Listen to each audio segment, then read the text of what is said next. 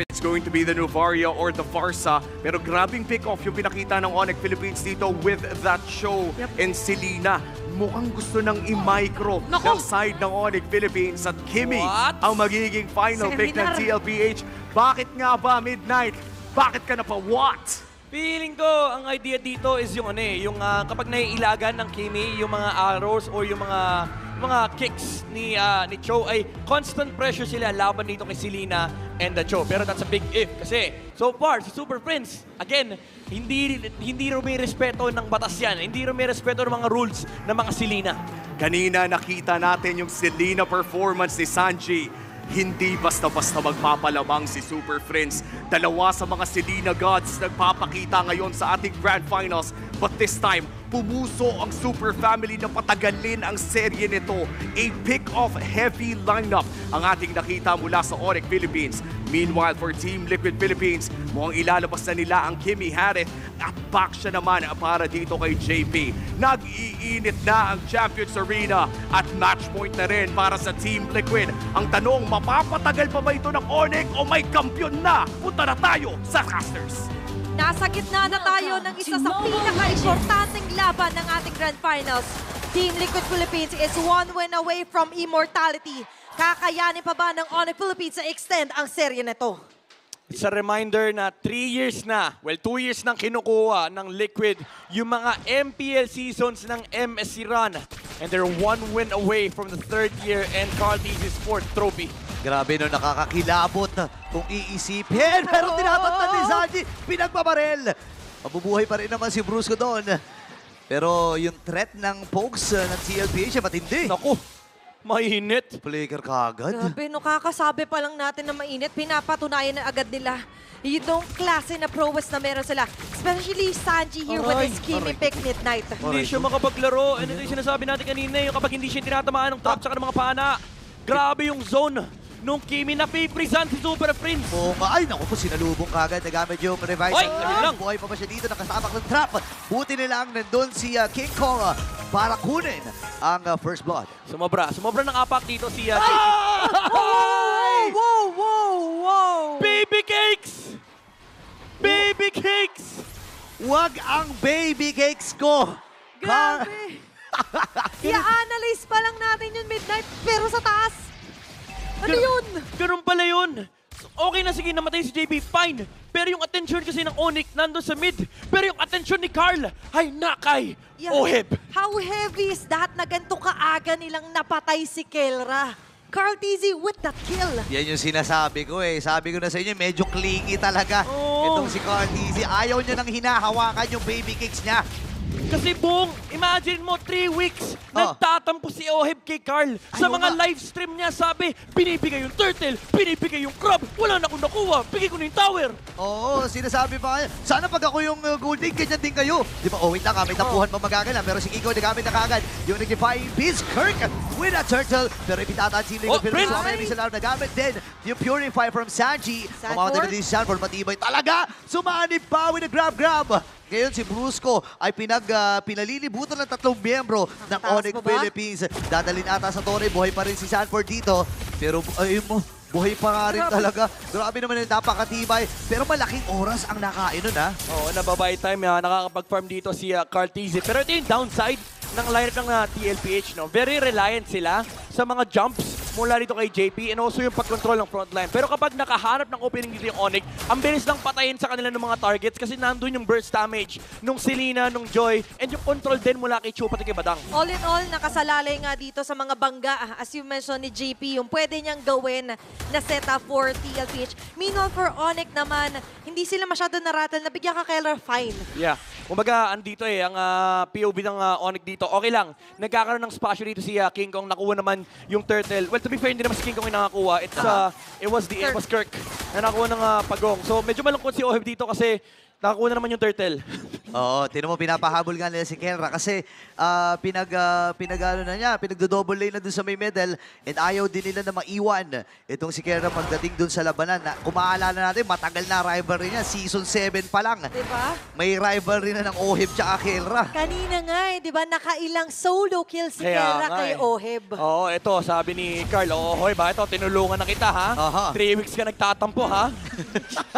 Dito pala sa Grand Finals natin makikita yung pagbawi ng ka-baby kicks niya. Oh. Pero kidding aside though, for me, sobrang crucial din ang traction pulse if ever dito para kay Sanji. Yeah, that's very true, no? Lalo kapag nahuli either yung Joe or yung Selena na walang dash, which is rarely gonna happen, pero in the event na mahuli, ang daming pang punish kasi yung chasing potential ng TLPH napakataas. Lalo't hawak nila dito yung backshot. Yun nga lang, kailangan nila ingatan yung mga ruta nila kasi again, nandun pa rin yung punish ng mga arrows mula kay Super Friends. At ngayon, sa ruta muna tayo ng Pagong na kung saan i-reset. King Kong targeting Sanford right now. Pababa na rin naman sila, JP. Nakaapak ng trap. Yun nga, naku, grab, may nagamit. Atras muna si Sanford Carl. dito, pero si JP pala, hindi JB, wala namang JB dito. JP ay gugulong-gulong. Pero hawak pa rin ang Team Liquid PH. Okay, Hop. tatama ba yung Bisilaro? Hindi. Ay! Pero may trap. JP? At dito si Oheb. The rescue rin. Inapag yung kanyang revitalize pero hindi siya maililigtas. And yung mga pana ay lumilipad muli mula kay Super Prince. Pwede pa to pwede pa umulit kasi nandito sa may bandang baba pa rin si Sanford. But still, mukhang magdi-disperse muna ang TLPH. Oh, ito yung no, yung sinasabi natin kanina, yung capability, man, kamuntikan na. Oh. Si Sanji, buti si Lee naman din siya. Pero ito yung sinasabi natin kanina, no, yung opportunity for Onyx to jump on heroes ay napakabilis. Kumbaga, pwede nilang i-take yung opportunity na yun. Habang sa TLPH, kailangan perfect yung setup, kailangan matalunan muna ni JP. Pero si Kelra sa may top lane, pinapahirapan na naman ni Carl TZ. Nandyan na naman yung baby ni Oheb. But with the turtle down, ito yung shakedown kumbaga na gusto nilang gawin sana ng trade ng TLPH. But without Carl Purple. TZ sa purple, katargetin to nila King Kong. Yun na nga, no, nagamit yung Electrifying Beats plus yung Retribution, walang purple buff. Itong si Carlito, pasok siya. One shadow in, pero mapapatay si Super Prince. Sanford? Ngayon, nandito si Sanford. Sanford! Brusco ang kanyang pinupunti niya. Kirk, ayaw maabante na. Kaya niya Oh my mapatayin. goodness. Fist break and fist crack. Ngayon, si Sanford ay sasaluhin yung mga bala na pwedeng ibigay at ibato dito ni Kevra. Pero buhay pa rin ang CL. Midnight overwhelming yung nangyari doon, pero sino nga bang lumamang? Ganda nung turn ni Sanford. So sila yung lumamang doon kasi nakakuha sila ng additional kill. Even though nawala ng purple buff dito, si Carl TZ again, free farm lang si Oheb on this Haret. Pero he has an XP catching up to do. Actually, nakakalabang pa nga si Kera because of the kills na nakukuha niya alongside the skirmishes na tinitake dito ng Onyx Philippines. Yes, the Starloom side also build it up here na nga lang din para kay Oheb. But going in dito sa mga clashes, mukhang sabayan na yung gusto ng TLPH. Okay, traction pulse, nagamit si Sanji. Pero umaatras ngayon si Brusco. Super Prince ay naka-abante din. And si JP ay masakit na rin pala yung mga traps ha. Oo. Hindi rin biro yung damage ha. Nalungkot na naman si Oheb, nakuhaan na naman siya ng crab. Oh no. Pero looking at our Infinix handcam, ganito ang galawang iyang goat. Ganito yung galawan with his Hayabusa. Diba? Tamang nakaw lang. Tamang kasabayan lang with King Ayun. Kong. Nakuha pa rin niya. Kala ko nanakaw ni King Kong. Dinaanan siya pero nandun naman yung kanyang first kill. Si Prince! Super Prince na naman ha. Pero napasipa, sakto para mailayo ito si Sanji. Kaya lang malalim na masyado si Sanford. Pero may nagaganap pala. Gusto may patigdaas. Napag-examine force. Under the base. Under the turret dive. Oop. Pero si Brusco ay narito din kasama ni Kirk. Super Prince, natama yung Basil Arrow. Tinamaan din. Pero nandun yung fist break. Oheb! Si Brusco ay Oheb! mamamatay. Buhay pa! Oheb dito nakipagsayawan. Double kill para kay Oheb. Makikipagsayawan muli dito kay Kirk. Pero kaya niya bang iwasan yung mga galaw at sapak dito No ni way. Kirk? King No of way. Aspen ay nandito na. Nilapag yung Zaman Force. Pero nagpakamatay na rin lang siya doon. Oh, tinanggap na niya. Alam niya wala na siyang kawala. Pero dalawa lang inawala sa TLPH. Tatlo yung nawala sa Onyx Philippines. In terms of numbers, panalong TLPH. And nauna pa sa pwesto rito, si Carl TZ. Oh! Wow! Wow! Oo, nauna ka! Pero ako yung kukuha. Hindi siya nag-retry. Akala ni Carl hindi aabot. Si King Kong, nakasimangot na naman. Oh Si my. Oheb, sabi niya, yung trade hindi na naman sapat. Pinatay ko na yung tatlo. Hindi pa natin nakuha yung turtle. Ganito yun na, pre! Turtle na yun! Oh my goodness. Sinabi ni Carl, pinangako ni Carl, hindi na daw mauulit yung steal. na meron itong si Owen. Parang naulitan. Parang retry. sa loob-loob niyo, Fred, triple kill na ako kanina eh. Oo, sabihin ni Carl, magaling yung kalaban. Pero ngayon, kailangan makabawi doon ng TLPH. Dahil sa isang iglap, oo, mauuna ka, pero ang importante kasi kung sino yung makakasecure. Oh, grabe yung baby kick saga. Hanggang Grand Finals aabot, pero yung Onyx, may sariling story ang binubuo Kiko? dito. Ayan na si Kiko. Naku, nasayawan yung dalawa! Tunaw para kay Kelra. At pwede na sila bumasag dito sa may bandang ibaba. Ngayon si Sanford ay aabati na rin. Sa may bandang likuran ay kinakat lang ni Carl TZ yung mga minion.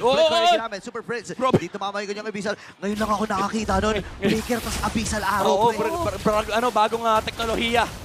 Technology. Ayan na ha, teknolodya ba? Wait lang, nakasanib na rin. Dito yung Sanford, Abyssal Arrow, tinamaan! Pero buti na lang may Purify si Sanji para makaligtas.